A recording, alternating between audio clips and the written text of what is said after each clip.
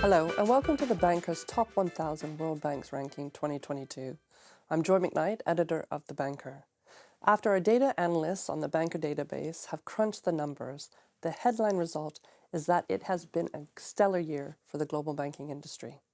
The aggregate Tier 1 capital of the world's 1,000 biggest banks has surpassed $10 trillion for the first time in the history of the ranking, demonstrating that the global banking system is better capitalized than ever before. In addition, aggregate total assets have broken the $150 trillion barrier for the first time. Profits saw a healthy rebound, with aggregate pre-tax profits reaching a record-breaking $1.4 trillion. This is a 53.7% year-on-year increase, so a record-breaking year on many fronts. But let's talk about the Middle East. With me in the studio is John Everington, Middle East and Africa editor. John, thanks so much for joining me. Good to be here, Joy. So we have a new top bank in the Middle East. Tell me all about it. We do have a new top bank. It's very exciting.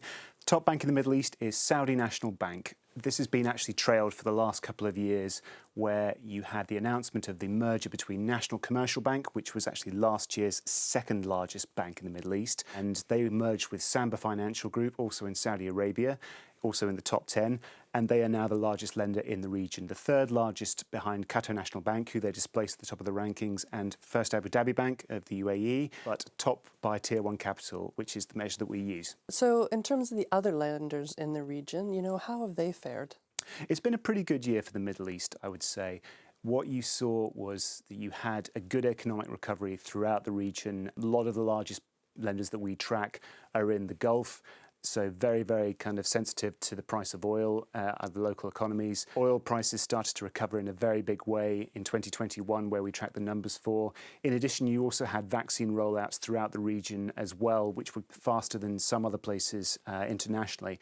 So what you saw in the top 25 Middle Eastern banks for the region, you actually saw 21 gaining in the main rankings, which was a pretty good showing overall, I would say.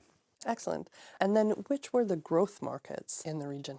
So I think, first of all, when we're talking about Saudi National Bank, you also have to just talk about Saudi Arabia, the largest economy in the Middle East by some distance, and also the banking sector, which has really continued to take the lease of life from the mortgage market, which has been growing in a very, very strong way in the last few years. You've got government initiatives which are encouraging Saudi nationals to buy their own homes, and a really vibrant mortgage market coming in for the first time. And that's really kind of supporting growth across the board within Saudi Arabia. Saudi National Bank, of course, is the number one, but then also the second largest lender, Al Rajhi Bank, number two, which has a market-leading sort of share within the mortgage market, within the motor finance market as well. Also one or two other segments. They've had some very, very good organic growth for the year, but it's been across the board within Saudi. There's been some good growth across the region, as I said. The other important market that we should talk about, and sometimes doesn't get talked about too much within the context of the wider Middle East, is Israel. You have one of the fastest rollouts of vaccines in the world in Israel that we've seen over the last couple of years.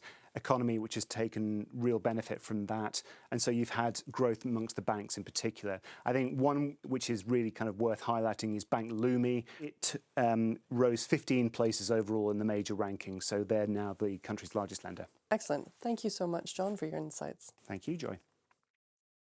The Banker's Top 1000 World Banks has been setting the industry benchmark since 1970.